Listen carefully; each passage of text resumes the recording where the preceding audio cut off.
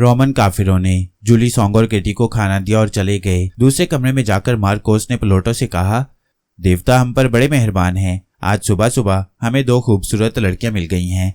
अमरीना पहले ही हमारे पास मौजूद है। अब हम इन तीनों को बाबल के बादशाह के पास फरोख्त करके बड़ी दौलत कमाएंगे। प्लोटो बोला, हमें चाहिए कि इन दोनों लड़कियों को भी नीचे तय खाने में बंद कर दें। ऐसा न हो कहीं ये भाग जाएं।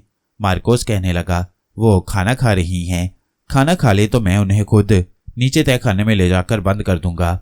हवेली के दूसरे कमरे में खाना खाते हुए केटी कह रही थी, यहाँ लड़की अमरीना कहीं नजर नहीं आ रही। जूली सॉन्ग ने कहा, वो इसी हवेली में होगी, अभी पता चला लेते हैं। जब वो खाना खा चुकी तो मार्कोस अंदर आकर बोला, आओ मैं तुम्हें तुम्हारा कमरा दिखा दूं, वहां तुम आराम करना। वो जूली सॉन्ग और केटी को लेकर नीचे तय खाने में आ गया। तय खाने में एक मोमबत्ती जल रही थी। अंदर आते ही मार्कोस ने खंजर निकाल लिया और कड़क कर बोला, खबरदार, अगर यहाँ से बाहर कदम रखा तो तुम दोनों को कत्ल कर दूंगा। अब तुम इसी तय खाने में रहोगी। मार्कोस दरवाजे को ताला लगाकर चला गया। जूली सॉन्ग और केटी के लिए ये कोई हैरानी की बात न थी।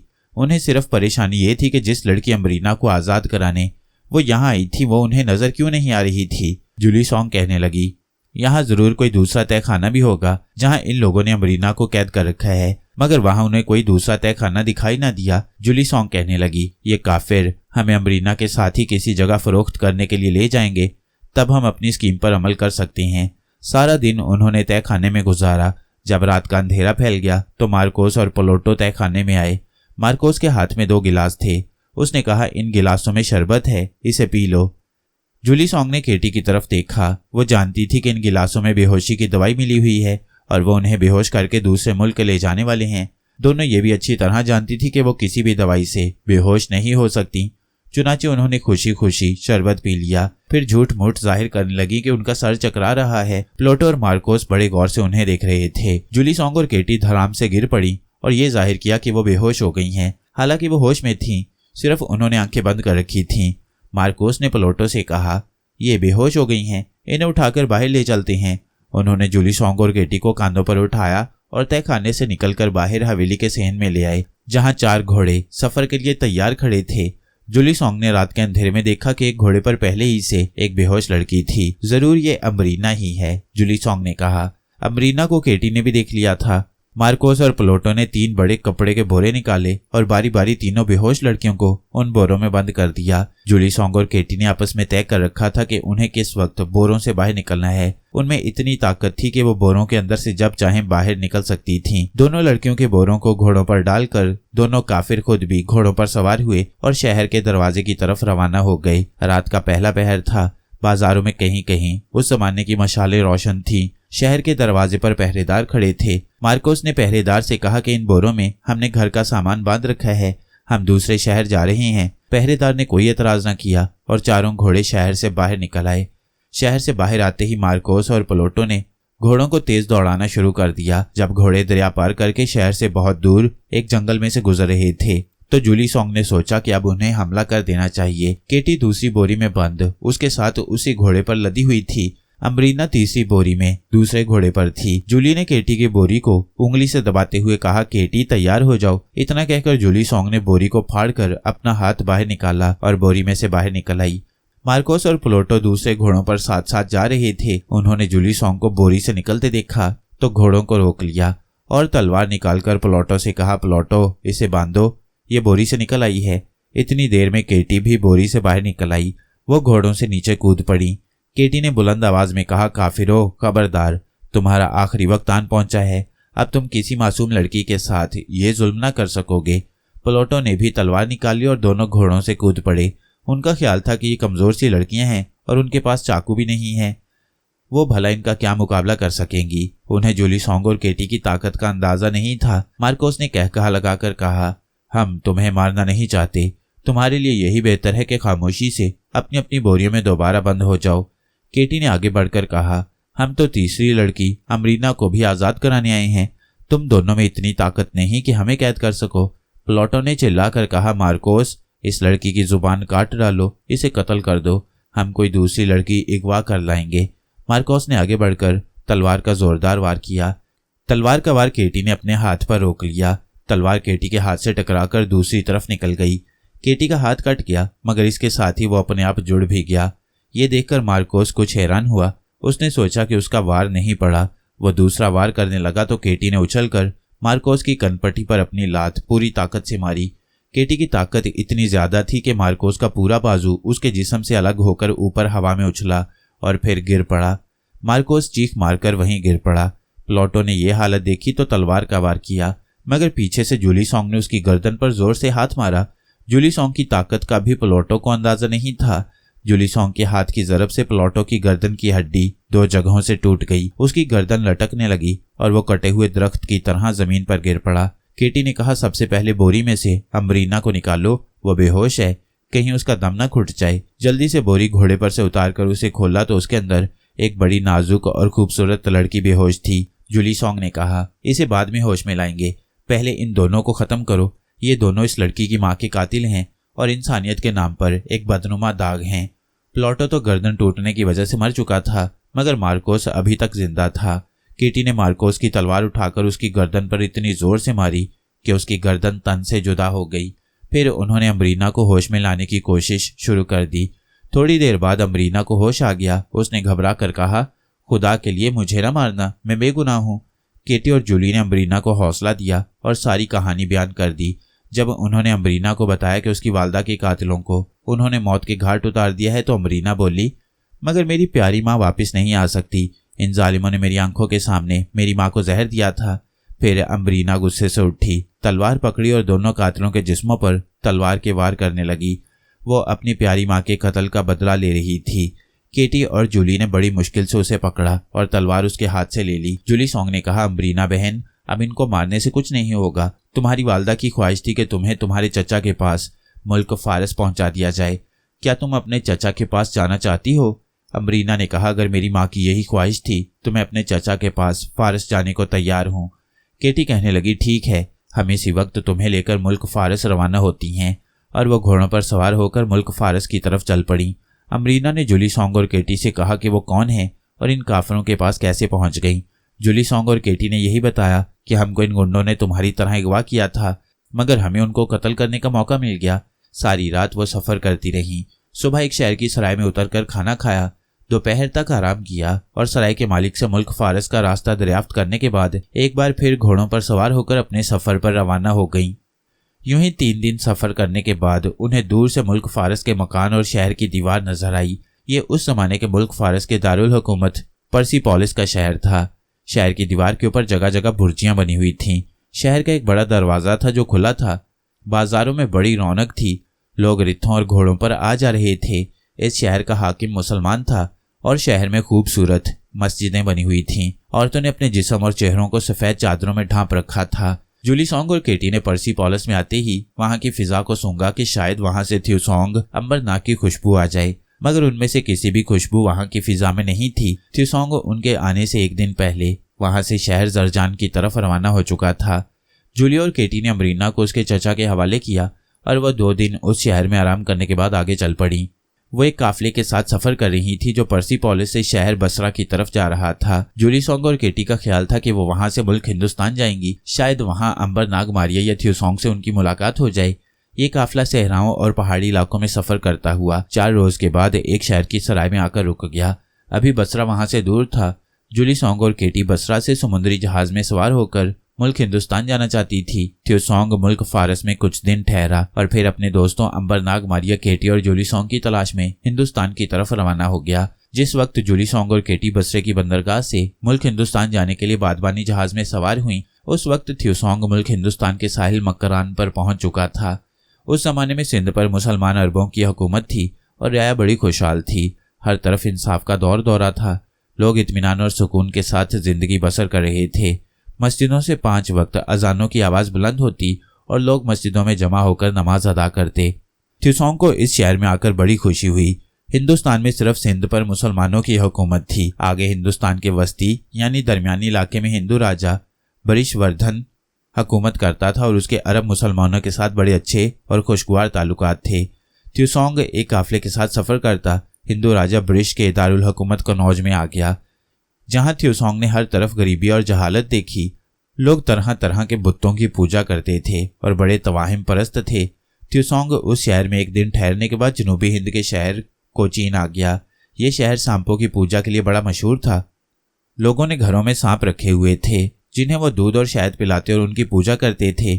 त्युसोंग ने सोचा कि हो सकता है कि किसी जगह से नाग का सुराग मिल जाए। त्युसोंग एक सराय की कोठरी में आकर रहने लगा। रात को वो अपनी कोठरी में आराम करता और दिन के वक्त शहर में नाग अंबर मारिया को तलाश करता, लेकिन शहर में उसे किसी की भी खुशबू नहीं आ रही थी। फिर भी त्युसोंग ने तलाश जारी रखी। एक रोज आसमान पर गहरे बादल छा रहे थे। त्युसोंग अपने दोस्तों को तलाश करता शहर से दूर एक जंगल में निकल आया। यहाँ एक नदी बह रही थी। इतने में बादल जोर जोर से गरजने लगे और एकदम से बारिश शुरू हो गई। त्युसोंग खुली जगह पर था। बारिश से बचने के लिए वो कोई जगह तलाश करने के लिए एक तरफ गया। करीब ही पुराने कुएं के पास एक वीरान सा खंडर था। त्युसोंग उसकी ड्योढ़ी में आ गया। बारिश बड़े जोर से बरस रही थी। त्युसोंग ड्योढ़ी की दीवार से टेक लगाकर बैठ गया और बारिश के रुकने का इंतजार करने लगा। उस वक्त सूरज गुरूब हो चुका था और गहरे स्याह बादलों की वजह से जंगल में रात का अंधेरा जल्दी फैलने लगा था। त्युसोंग ये सोचकर खंडर की ड्योढ़ी में आया था कि थोड़ी देर में बारिश रुक जाएगी तो वो वापस सराय में चला जाएगा, मगर बारिश तो रुकने का नाम ही नहीं लेती थी। मूसलाधार मींह बरस रहा था। त्युसोंग वहीं ड्योढ़ी में बैठा रहा। रात हो गई, अंधेरा छा गया, मगर बारिश अभी तक हो रही थी। पहले त्युसोंग ने सोचा कि चलो बारिश में ही चलते हैं, ये मेरा क्या बिगाड़ देगी। फिर उसे ख्याल आया कि मैं इतनी जल्दी सराय में जाकर क्या करूंगा, मुझे कोई खास काम तो है नहीं। अंबर नागमारी और केटी जुलीसोंग को तलाश करना है और वो यहाँ कहीं नजर नहीं आ रहे। उनकी खुशबू भी कहीं से नहीं आ रही, इसलिए क्यों ना बारिश के रुकने तक इस जगह आराम किया जाए। त्युसोंग सीधा होकर बैठ गया और टांगे फैला ली। बारिश खूब हो रही थी। बारिश की आवाज से जंगल में दूसरी कोई आवाज सुनाई न देती थी। त्युसोंग ने सोचा कि मौका मिल गया तो क्यों ना थोड़ी देर के लिए आंख लगा ली जाए। इस तरह से वक्त भी गुजर जाएगा और बारिश भी रुक जाएगी। चुनाचे त्युसोंग ने आंखें बंद कर लीं और सोने की कोशिश करने लगा। कुछ देर बाद उस पर गनूदगी छाने लगी और वो सो गया। वो देर तक सोता रहा। जब उसकी आंख खुली तो उसने देखा कि बारिश रुक गई है और जंगल पर रात का गहरा अंधेरा फैला है। हर तरफ खामोशी थी। सिर्फ कभी कभी दरख्तों पर से बारिश के रुके हुए पानी के टपकने की आवाज आ जाती थी। त्युसोंग ने एक अंगड़ाई ली और वापस शहर की सराय में जाने के लिए उठने ही लगा था कि उसे ऐसी आवाज सुनाई दी जैसे कोई औरत घुंघरू पांव में पहने उसके करीब से गुजर गई हो। त्युसोंग ने अंधेरे में गौर से देखा। वो अंधेरे में देख सकता था। ड्योढ़ी खाली थी। उसे कुछ नजर न आया। वो सोचने लगा कि ये उसका वहम है। वो उठ बैठा, लेकिन एक बार फिर वही घुंघरों की छन छन की आवाज सुनाई दी। त्युसोंग खलाई आदमी था, साइंसदान था। वो जिन भूतों पर यकीन नहीं रखता था। समझ गया कि यहाँ किसी जगह कोई औरत मौजूद है। वो ड्योढ़ी में उठकर आगे बढ़ा। आगे एक टूटा हुआ पुराना दरवाजा था। दरवाजे की दूसरी तरफ अंधेरा था। त्युसोंग ने झांक कर देखा। अंधेरे में उसे एक छोटा सा दालान दिखाई दिया। दालान के दरमियान एक गोल चबूतरे पर काले पत्थर का एक बुत पड़ा था। त्युसोंग अभी वहीं खड़ा था कि उसे कुछ आदमियों के बातें करने और हल्के हल्के हंसने की आवाज सुनाई दी। ये आवाजें त्युसोंग के पीछे जंगल की तरफ से आ रही थीं और मंदिर की ड्योढ़ी की तरफ बढ़ रही थीं। त्युसोंग के दिल में ख्याल है कि जरूर यहाँ डाकुओं ने अपना ठिकाना बना रखा है और वो लूटा हुआ माल छुपाने यहाँ आ रहे हैं।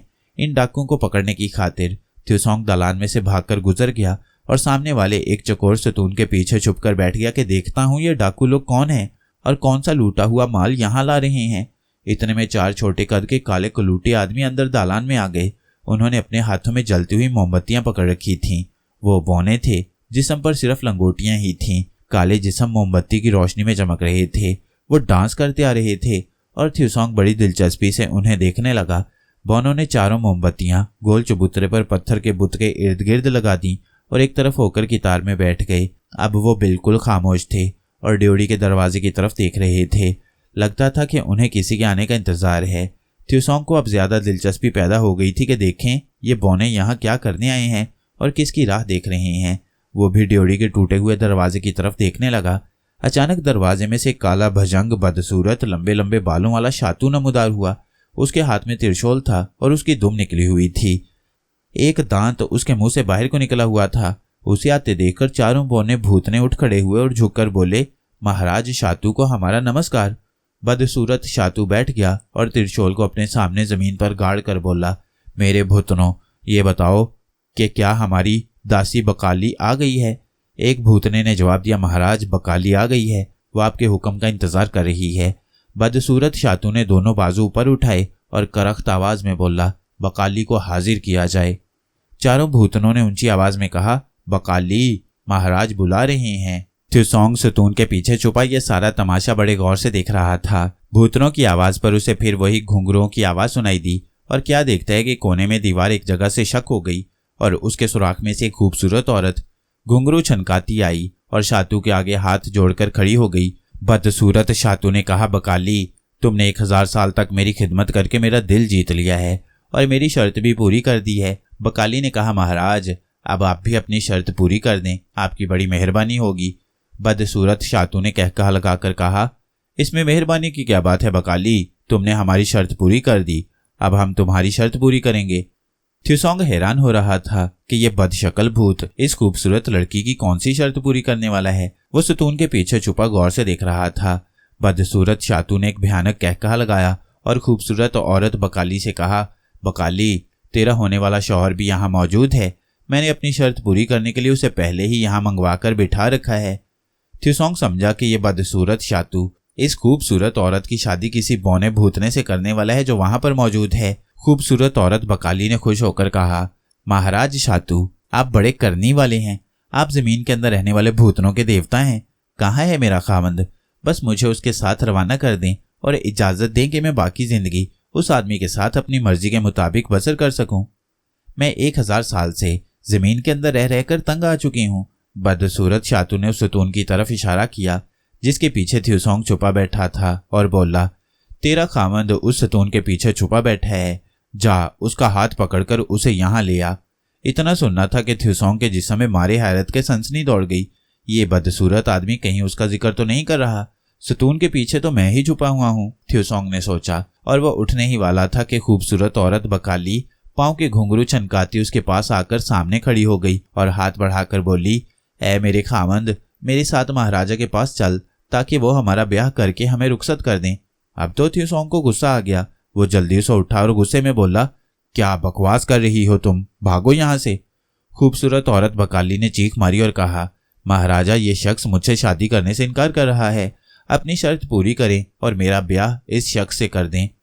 बदसूरत शातू ने त्रिशूल उठा ली और उसका रुख त्सोंग की तरफ करके कड़क कर बोला, त्सोंग, मैं जानता हूं तुम कौन हो और यहाँ क्यों आए हो, मगर अब तुम फंस चुके हो। अब तुम्हारी कोई ताकत तुम्हारे किसी काम नहीं आ सकती।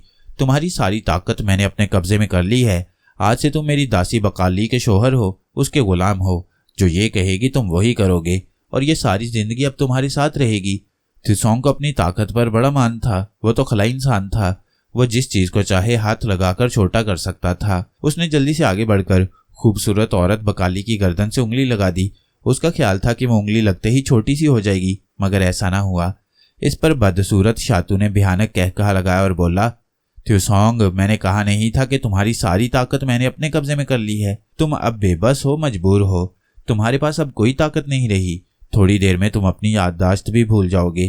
त्सोंग ने सोचा कि यहाँ से भाग जाना चाहिए। उसने जल्दी से भाग जाना चाहा, मगर उसे यूं लगा कि जैसे उसके पांव जमीन ने पकड़ लिए हैं। शातू चीख कर बोला, त्सोंग, तुम भाग नहीं सकते। तुम आज से इसी औरत बकाली के गुलाम और उसके शौहर हो। जो ये कहेगी तुम वही करोगे। बदसूरत शातू उठकर त्सोंग के पास आ गया। त्सोंग के सर में चक्कर आने लगे थे। उसे हर शय घूमती हुई नजर आ रही थी। शातू ने बकाली का हाथ पकड़ा और उसे त्सोंग के हाथ में दे दिया। मुबारक हो बकाली, आज से ये तुम्हारा खामंद और तुम इसकी बीवी हो। ये तुम्हारा गुलाम है और तुम इसकी मालिक। तुम जो चाहोगी ये वही करेगा। इसके साथ ही भूतनों ने डांस शुरू कर दिया। खूबसूरत भूतनी बकाली ने त्सोंग को हुक्म दिया, त्सोंग, अब तुम मेरे खामंद और मेरे गुलाम हो। मैं तुम्हें हुक्म देती हूँ कि बैठ जाओ। त्सोंग को अब चक्कर नहीं आ रहे थे, मगर उसे कुछ याद नहीं रहा था कि वो कौन है और यहाँ किस लिए आया था। उसे अंबर नाग, मारिया खेटी और त्सोंग भी याद नहीं रहे थे। उसकी याददाश्त गुम हो चुकी थी। बकाली के हुक्म पर वो फौरन जमीन पर बैठ गया। बकाली ने बदसूरत शातू से कहा, महाराज, हमें खुशी खुशी रुखसत करें। मैं अपने खामद और अपने गुलाम त्सोंग के साथ जा रही हूँ। बदसूरत शातू ने हाथ ऊपर उठा लिया और बोला, जाओ और दुनिया में अपनी मर्जी से जिंदगी बसर करो। अब तुम आजाद हो। मैंने अपनी शर्त पूरी कर दी है। बकाली ने हाथ जोड़कर बदसूरत शातू को सलाम किया और उछलकर त्सोंग के कंधे पर बैठ गई। त्सोंग चुप बैठा था। उसे कुछ मालूम ना था कि वो कौन है। वो अब अपने आप को बकाली का खामंद और गुलाम ही समझ रहा था। क्या देखता है कि बकाली उसके कांधे पर आते ही उसकी नजरों से गायब हो गई। मगर वो बकाली के जिस्म का बोझ अपने कंधे पर महसूस कर रहा था। बकाली उसके कंधे पर ही बैठी थी मगर वो गायब थी। वो थ्योसोंग को नजर नहीं आ रही थी। उसे बकाली की आवाज सुनाई दी, थ्योसोंग मेरे गुलाम, क्या तुम चलने के लिए तैयार हो? जैसे थ्योसोंग के मुंह से अपने आप निकल गया, हाँ बकाली, मैं तैयार हूँ। तुम मुझे जहां कहोगी जाऊंगा, जैसे कहोगी करूंगा, मैं तुम्हारा गुलाम हूँ। बकाली ने कहा, चलो कोचीन से दूर शहर टॉमीकट में हमारा महल हमारा इंतजार कर रहा है। चारों भूतने ऊंची आवाज में श्लोक गा रहे थे। बदसूरत शातू भी खुश होकर डांस करने लगा था। बकाली गैबी हालत में थ्योसोंग के कांधे पर बैठी थी। थ्योसोंग को उसका बोझ हल्का हल्का सा लग रहा था। वो अपने आप चलता हुआ पुराने मंदिर की ड्योढ़ी से बाहर आ गया। बाहर जंगल बारिश में भीगा हुआ खामोश था। चारों तरफ अंधेरा था। दरख्तों पर से बारिश के पानी के कतरे अभी तक टपक रहे थे। थ्योसोंग को अब कुछ याद नहीं रहा था कि वो कौन है। उसे अंबर, नागमारिया, केटी और जूली सोंग भी याद नहीं थी। वो अपने आप को बकाली का खामद और उसका गुलाम ही समझ रहा था। थ्योसोंग डेढ़ी से उतरकर जंगल में आ गया। उसे बकाली की आवाज सुनाई दी, थ्योसोंग उस पुराने कुएं के पास चलो। थ्योसोंग के कदम अपने आप जंगल के पुराने कुएं की तरफ उठने लगे। कुएं के पास आकर वो रुक गया। बकाली ने कहा, अब अपना बायां हाथ ऊपर उठाओ। थ्योसोंग ने बकाली के हुक्म को सुनकर अपना बायां हाथ ऊपर उठा लिया। बकाली ने उसका हाथ अपने हाथ में लिया और बोली, अब हम अपने महल में जा रहे हैं। इसके साथ ही थ्योसोंग को एक झटका लगा और वो जमीन से बुलंद होकर दरख्तों के ऊपर आ गया। फिर अपने आप सितारों भरे आसमानों में एक तरफ उड़ने लगा। दरख्त उसके नीचे से गुजर रहे थे। थ्योसोंग के उड़ने की रफ्तार तेज से तेज तर होती गई। हवा में उसकी आंखें बंद हो रही थीं। थ्योसोंग ने अपनी आंखें बंद कर लीं। कुछ देर बाद उसने आंखें खोलीं तो उसने देखा कि नीचे एक छोटे से शहर के मकान में कहीं कहीं रोशनी चमक रही थी। वह शहर के ऊपर से गुजर गया। आगे खुला समुंदर रात के अंधेरे में स्याह नजर आ रहा था। फिर उसे समुंदर के किनारे छोटी सी पहाड़ी के ऊपर एक महल दिखाई दिया। बकाली ने कहा, ये हमारा महल है। तुम क़यामत तक अब मेरे साथ इस महल में रहोगे।